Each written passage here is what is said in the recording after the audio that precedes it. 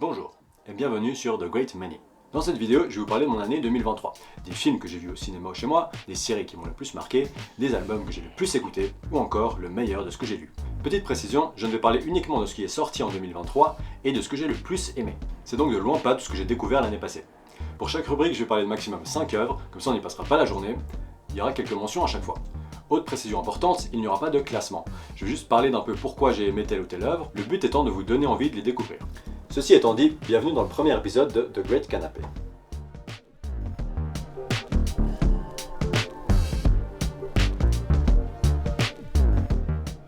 Pour commencer, l'album Shook du groupe Algiers, sorti en début d'année et dont une édition de luxe est sortie en octobre. C'est un groupe que je connais depuis 5-6 ans, c'est vraiment un de mes groupes préférés. J'ai eu la chance de les voir 2 fois en concert, une fois en juillet 2018 et l'autre fois en octobre passé. C'est un groupe de post-punk, mais ils ont énormément d'influence, que ce soit dans le hip-hop, la soul, le gospel parfois. Il y a aussi des sonorités plus électroniques et industrielles. Ce qui est cool dans l'album Shook, c'est qu'on retrouve vraiment toutes ces influences dans une ambiance très explosive. C'est déroutant au début parce que l'album va un peu dans tous les sens, mais au final j'aime bien cet aspect-là parce que ça rappelle cette frénésie du groupe qui est pas forcément sage et propre tout le temps. C'est aussi renforcé avec les feats dans l'album qui caractérisent un peu toutes leurs influences, qu'elles soient passées ou présentes. Je suis pas sûr que ce soit une très bonne porte d'entrée pour celles et ceux qui connaîtraient pas le groupe. Je privilégierais plus Algiers ou The Underside of Power, leurs 2 premiers albums. Mais bon, il y a vraiment des morceaux incroyables sur celui-là, Irreversible Damage, Bite Back, Cold World. Si ça se trouve, vous allez quand même kiffer celui-là directement, alors jetez-y une oreille ou deux. Il y a aussi le nouvel album de Black Pumas, Chronicles of a Diamond, dont j'aimerais parler. Black Pumas, c'est un duo composé de Eric Burton et Adrian Quesada, et leur musique c'est un mélange entre de la soul, du R&B et un peu de blues. C'est un album assez facile d'écoute, des chansons très entraînantes qui donnent bien envie de bouger. Il y a Gemini Sun qui est un peu plus banger, il y a aussi des ballades avec Angel par exemple. Ça s'écoute vraiment partout, que ce soit en voiture, dans la rue, en soirée, en faisant autre chose ou juste en étant posé. Il y a juste une chanson dont je suis pas fan, c'est Ice Cream, mais autrement le reste, zéro skip. D'ailleurs, si vous aimez cet album, allez écouter leur premier bien sûr, mais aussi ce que fait Adrian Quesada en solo, c'est super. L'année passée, j'ai découvert le groupe Paramore que je connaissais pas du tout et qui a sorti un super album, This Is Why. C'est du rock alternatif, pop rock, mention spéciale à la chanson Figure 8 que j'ai beaucoup écouté cette année. Petite anecdote, après quelques semaines à écouter l'album, je fais ce que je fais souvent quand je découvre des artistes qui me plaisent, je regarde où ils sont en tournée si c'est près de chez moi. Du coup je fais ça avec Paramore et je découvre qu'ils tournent en Europe en 2024. Génial! Et je me rends compte qu'ils tournent en tant que première partie de Taylor Swift. Ce qui veut dire qu'il n'y a plus aucune place disponible nulle part. Donc si vous vendez un ticket pour Taylor Swift et Paramore ou si vous connaissez quelqu'un qui en vend un, à un prix raisonnable quand même, faites-le moi savoir dans les commentaires, je suis preneur. 2023, c'était le retour à la musique de Janelle Monáe qui a sorti son 4e album, The Age of Pleasure. Je l'avais pas beaucoup écouté au moment de sa sortie, mais je l'ai ressorti pour l'été parce que c'est vraiment le moment parfait pour cet album. C'est feel good, c'est dansant, c'est sexy, c'est du R&B avec beaucoup d'influence hip-hop et un peu reggae. Personnellement, je suis plus fan des sonorités plus soul et funk de ces 2 premiers albums, dont celui-là, notamment parce que je suis moins branché reggae. Mais bon, ça m'a pas empêché d'écouter l'album tout l'été. C'est un album assez court qui s'écoute très facilement d'une traite, notamment grâce aux transitions entre les chansons, elles sont vraiment géniales. Voilà, et dorénavant, la Sainte Trinité, c'est Waterslide, No Better et Paid in Pleasure. Perso, j'attendais surtout Spelling qui a sorti son 4e album. C'est une artiste que j'ai découvert quand elle a sorti son 3e album The Turning Wheel en 2021. C'est vraiment un album incroyable, ça fait partie de mes préférés. Mais du coup, elle a sorti son 4e album en 2023, Spelling and the Mystery School, et en fait, c'est un album de reprise de ses propres chansons.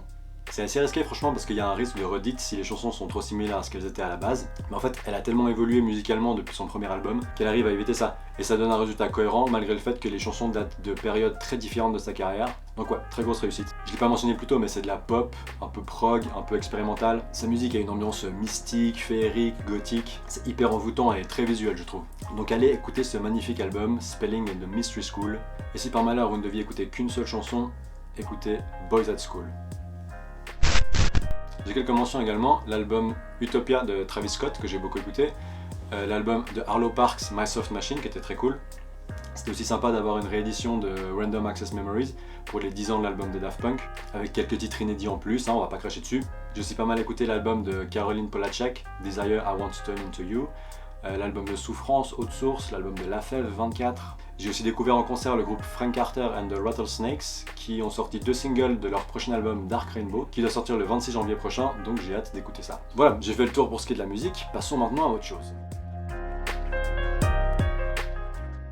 Alors je suis pas un grand lecteur de base et j'ai lu peu de livres qui sont sortis en 2023. Je fais juste d'abord part de 2 séries de mangas que j'ai un peu lâché l'année dernière parce que j'ai pas trop pris le temps de les suivre, mais que j'aimerais bien rattraper, c'est Jujutsu Kaisen et Frieren. Donc Jujutsu Kaisen, un manga de Gege Akutami, shonen de fantasy avec beaucoup d'action, magie, paranormal, un peu horreur. Et du coup Frieren de Yamada Kanehito et Abe Tsukasa. Aussi un shonen de fantasy, mais avec un côté plus tranche de vie, plus contemplatif, toujours avec un peu d'action et d'aventure. Voilà, ces 2 mangas sont super cool, je vais pas développer plus ici, mais j'ai hâte de les rattraper.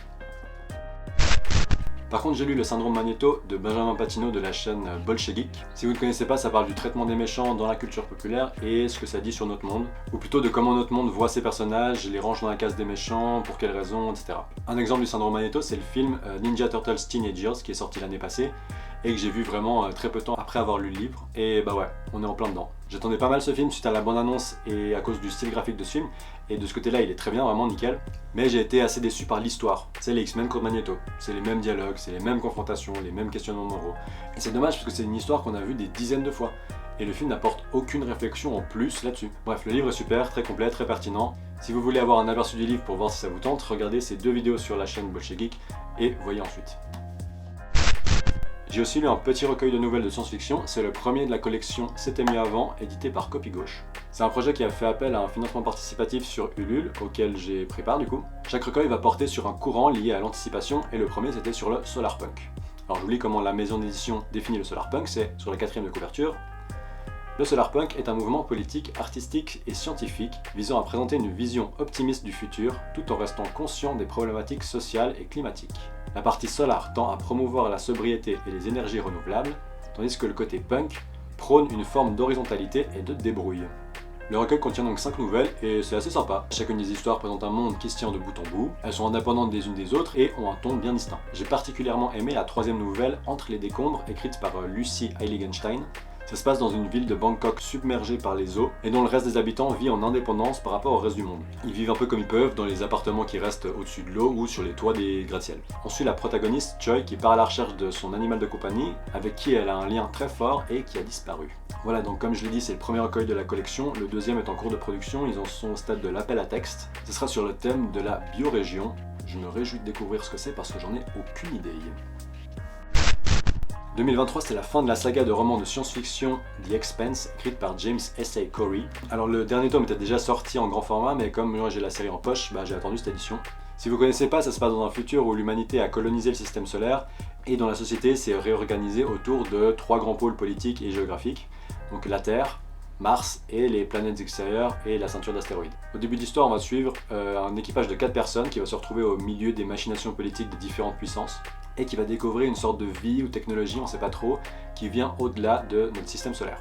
Ce que j'aime beaucoup dans ces romans, c'est qu'il y a énormément de personnages. Au sein du même livre, il y a différents narrateurs et ils changent de livre en livre, à part James Holden, qui est le capitaine des 4 membres qu'on suit au début et qui va rester tout au long de la saga. Avoir tous ces personnages, ça permet de découvrir l'univers sous tellement de façons différentes, avoir des points de vue dans des camps opposés tout en les comprenant tous. J'en parle mais j'ai même pas encore fini de lire le tome 9, mais bon jusqu'ici rien à dire. Il y a une série qui est adaptée des 6 premiers tomes, donc si la lecture c'est mon truc, je vous conseille de regarder la série. Et voilà, je reparlerai certainement du tome 9 quand j'en aurai terminé. En parlant de série de science-fiction, j'aimerais parler de la série Silo. L'histoire se passe donc dans un silo géant, comme son nom l'indique, où l'humanité s'y est réfugiée, l'air à la surface de la Terre étant devenu toxique. La société s'est réorganisée autour d'un pacte destiné à protéger les individus. Ceux qui enfreignent ce pacte risquent d'être envoyés à la surface pour y mourir. Mais petit à petit, l'idée que les dirigeants mentent sur ce qui se passe dehors fait son chemin dans l'esprit de plusieurs personnes, dont Juliette Nichols, la nouvelle shérif du silo. Si vous aimez tout ce qui est enquête et mystère au-delà de la science-fiction, regardez vraiment cette série. Le casting est ouf, les interprètes sont géniaux, et la série arrive vraiment à nous tenir en haleine et à garder le mystère jusqu'à la fin. Elle est adaptée d'un roman de Hugh Howey, et apparemment le roman en révèle plus que la série, donc j'ai vraiment hâte de le lire. Il y avait une série que j'attendais beaucoup, c'était Beef, ou Acharné en français. C'est l'histoire de 2 personnes qui ont un petit accident de la route, et étant chacune et chacun à une sorte de point de rupture dans leur vie respective, ils vont totalement péter un câble et vouloir se venger dans une espèce de surenchère interminable. La série est hyper jusqu'au boutiste dans les actes des personnages, franchement je m'attendais pas à ce qu'ils aillent aussi loin. Par moments c'est assez divertissant et marrant, mais au final c'est quand même une série au ton assez triste et dépressif. Pour autant, à la fin, on ne se sent pas triste. Qu'on soit clair, je sautais pas de joie. Mais il y a une sorte de réconfort un peu doux amer dans le final de la série qui est hyper touchant. Et en plus, la musique est au top. 2023, c'est le retour de la série The Bear. C'est l'histoire de Carmy, cuisinier de renom, qui reprend le restaurant de son frère après que ce dernier se soit suicidé. Dans la première saison, on le suivait galérer avec cette nouvelle responsabilité et l'environnement familial délicat qui entourait le restaurant. La deuxième saison reprend avec le début des travaux de rénovation du restaurant, et elle est tout aussi incroyable que la première. Le montage de cette série me fascine. Il y a toujours tellement de choses qui se passent en même temps, mais on comprend tout. Où sont les personnages, ce qu'ils se disent, malgré le fait qu'ils se crient tout le temps dessus. Et tous les personnages, malgré leurs gros défauts, sont super attachants. Ce que j'ai particulièrement aimé dans cette saison, c'est justement le développement des personnages secondaires. Quand Marcus va se former à Copenhague, quand Tina prend ses cours de cuisine, quand Richard fait son stage dans le restaurant de luxe. C'est des moments de calme où les personnages prennent le temps de parler, d'écouter et d'échanger avec les autres. Et dans une autre série, ça pourrait être des scènes totalement banales, mais dans une série comme The Bear qui va tout le temps à 100 à l'heure, et bien ces moments ressortent et offrent un peu de répit au milieu d'un chaos semi-contrôlé. Et je dis chaos semi-contrôlé pour eux dans l'histoire, hein, parce que la série, elle est magnifiquement bien contrôlée. Bref, si vous n'avez pas encore regardé cette série, allez-y tout de suite. J'espère juste que vous avez passé de meilleures fêtes de fin d'année que Carmy et sa famille, et que personne n'a détruit votre salon avec sa voiture.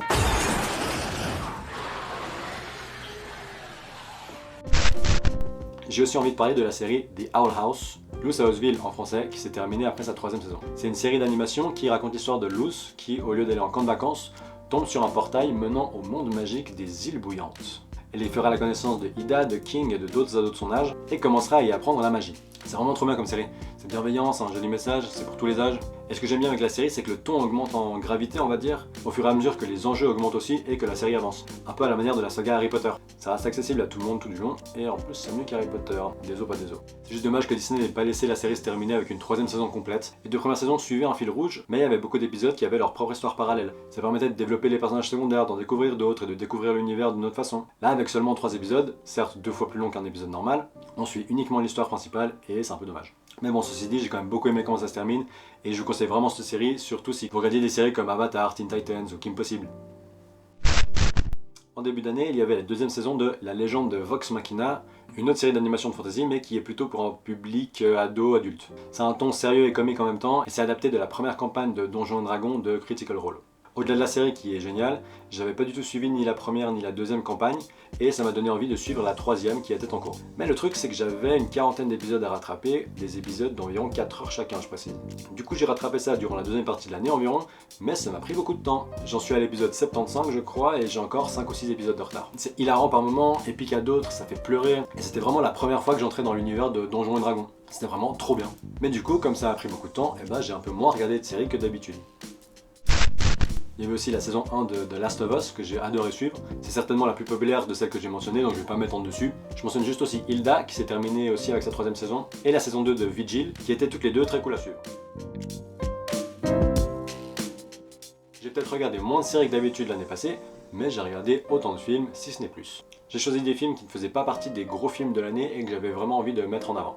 Une fois n'est pas coutume, commençons par les mentions. Alors il y a bien sûr Spider-Man Across the Spider-Verse de Joaquim Dos Santos, Justin K. Anderson et Ken Powers. Ma prochaine vidéo parlera de ce film donc je vais pas m'étendre dessus, mais c'est certainement le film que j'ai le plus aimé de 2023. Quand je l'ai vu pour la première fois au ciné, je m'étais fait la réflexion que je m'étais rarement autant éclaté et je m'étais rarement autant senti investi dans une séance de cinéma. Donc voilà, top 1 pour celui-là, mais le reste, pas de classement. Du coup, j'ai beaucoup aimé Retour à Séoul de Davey Chou, Les Gardiens de la Galaxie 3 de James Gunn, Les Rascals de Jimmy Laporal Trésor, Blue Jean de Georgia Oakley, Nimona de Troy Quane et Nick Bruno, Anatomie d'une chute de Justine Trier, The Creator de Gareth Edwards, Le règne animal de Thomas Caillet, La passion de Donna Bouffant de Tran Anung, How to Have Sex de Molly Manning Walker, Bottoms de Emma Seligman, et ma dernière mention, Vermine de Sébastien Vanitschak. Voilà, donc c'est parmi les films que j'ai le plus aimé en 2023. Je vais pas développer plus ici sinon la vidéo durerait trop longtemps. Si vous êtes curieux et curieux, allez voir un peu de quoi il s'agit. Si j'ai bien fait mon boulot au montage, normalement il y a des petites précisions sur les films quand je les mentionne. Vous en trouverez certainement un ou deux qui vous parleront dans le lot. Dans les meilleurs films que j'ai vus en 2023, il y a Rylane de Rain Allen Miller avec David Johnson et Viviane Oparah. C'est l'histoire de 2 jeunes dans la vingtaine qui sont un peu perdus dans leur vie amoureuse et qui vont se rencontrer, apprendre à se connaître, s'aider à traverser leurs problèmes. Il y a une ambiance très tranche de vie dans le film, ça se passe quasiment tout sur un seul jour. Le film a un ton assez léger et lumineux je trouve, malgré ce que les personnages traversent, parce que les deux font face à des situations qui sont pas faciles à vivre quoi. J'ai pas grand chose de plus à dire, si ce n'est que c'est assez mignon. C'est un peu une ambiance à la Before Sunrise, avec un peu moins d'errance poétique. Donc si vous voulez une bonne comédie romantique, un bon feel-good movie, allez-y. Ah oui, et le meilleur caméo de l'année est dans ce film. Ensuite, je voulais vous parler de They Clone Tyrone de Jewel Taylor. C'est l'histoire d'un trio de personnages joués par John Boyega, Teyonah Taylor et Jamie Foxx, qui vont être amenés à enquêter un peu malgré eux sur les événements bizarres qui se passent dans leur quartier. Je vous en dis pas plus parce que j'ai pas envie de vous gâcher les révélations du film. Ça met une quinzaine de minutes à démarrer, ensuite on est embarqué dans l'histoire, dans le mystère et on s'arrête plus. C'est une espèce de mix entre Invasion Los Angeles de John Carpenter et du Jordan Peele avec des éléments de Get Out et de Us, avec à chaque fois les propos politiques qui vont avec, donc regardez-le, c'est vraiment génial. Le prochain film dont je voulais parler, c'était The First Slam Dunk de Takehiko Inoue. Je connaissais Slam Dunk juste de nom, j'avais ni lu le manga ni regardé l'anime, mais j'ai lu Vagabond de Inoue, donc j'attendais quand même pas mal le film. D'autant plus que je fais du basket depuis plus de 20 ans. Honnêtement, je me suis trop éclaté devant le film, c'est un des meilleurs films de basket que j'ai vu. Ça m'a rappelé tellement de moments dans les équipes avec qui j'ai joué, ou juste quand je jouais dehors avec des potes ou avec mon frère. Les scènes de match étaient très réalistes, super bien animées avec les changements de vitesse dans les plans. J'ai bien aimé le montage du film qui fait des allers-retours entre le match principal et les différents moments qui se passent avant. Ça permet de développer des personnages et ça donne un enjeu supplémentaire à chaque fois qu'on revient sur le match. Pour finir, deux films français. Le premier, c'est Le Procès Goldman de Cédric Kahn avec Harry Wortalter et Arthur Harari. C'est donc l'histoire du deuxième procès de Pierre Goldman en 1976 pour le meurtre de deux pharmaciennes dans le cadre d'un braquage. C'est bien sûr basé sur le vrai procès, je connaissais rien à l'histoire et j'ai été captivé du début à la fin. Ça se passe du coup dans les années 70, mais c'est un film qui est très actuel. Ça parle de racisme, de la police, de la montée de l'extrême droite, de mouvements de gauche révolutionnaires et comment tout ça interagit.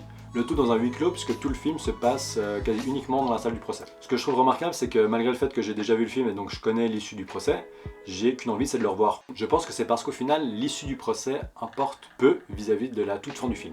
Que je ne vous gâcherai pas si vous n'avez pas vu le film ou si vous ne connaissez pas l'histoire. Mais ça éclipse le verdict de manière assez fataliste.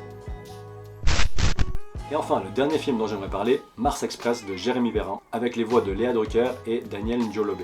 On suit Aline et Carlos, deux détectives privés à la recherche d'une étudiante disparue, un peu dans la veine d'un polar noir, sauf que ça se passe sur Mars, dans un contexte très tendu entre les robots et les humains. Perrin et son équipe ont réellement réussi à construire un univers qui se tient de bout en bout et qu'on comprend sans des tonnes de dialogue, mais simplement par l'image. Le film marche vraiment au premier degré en tant qu'histoire se passant dans le futur et traitant de la relation entre humains et robots, mais il fonctionne aussi très bien en tant que commentaire de notre époque. En plus de ça, il mêle petite histoire et grande histoire à merveille, et la fin est juste parfaite selon moi. Je suis tellement content que ce film soit réussi parce que rien que sur le papier, il partait bien. Un film d'animation, de science-fiction, français avec de grandes ambitions, j'avais forcément apprécié pour la démarche au minimum, mais en plus, le film est trop bien. Donc matez-le.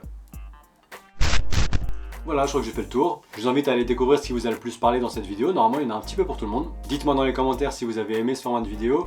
Likez, abonnez-vous et partagez la chaîne autour de vous. Si vous connaissiez déjà certaines œuvres, dites-moi ce que vous en avez pensé. Je vous invite aussi à partager ce que vous avez vu, ce que vous avez lu, ce que vous avez écouté au cours de l'année dernière et je me ferai un plaisir de vous lire dans les commentaires. Pour les prochains épisodes de The Great Canapé, je me limiterai pas à ce qui est sorti entre cette vidéo et la prochaine. Là, je me suis limité à 2023 parce que ça se prêtait bien selon le moment. Mais à l'avenir, je partagerai ce que j'ai découvert indépendamment de quand c'est sorti. La prochaine vidéo de la chaîne, ce sera un essai, ça s'appellera The Great Film et ça sort tout bientôt. Si vous voulez savoir de quoi ça parle, allez voir la vidéo de la présentation de la chaîne, il y a un extrait en fin de celle-ci. Sur ce, je vous remercie d'avoir regardé cette vidéo, je vous souhaite une excellente année et à très bientôt sur The Great Menu.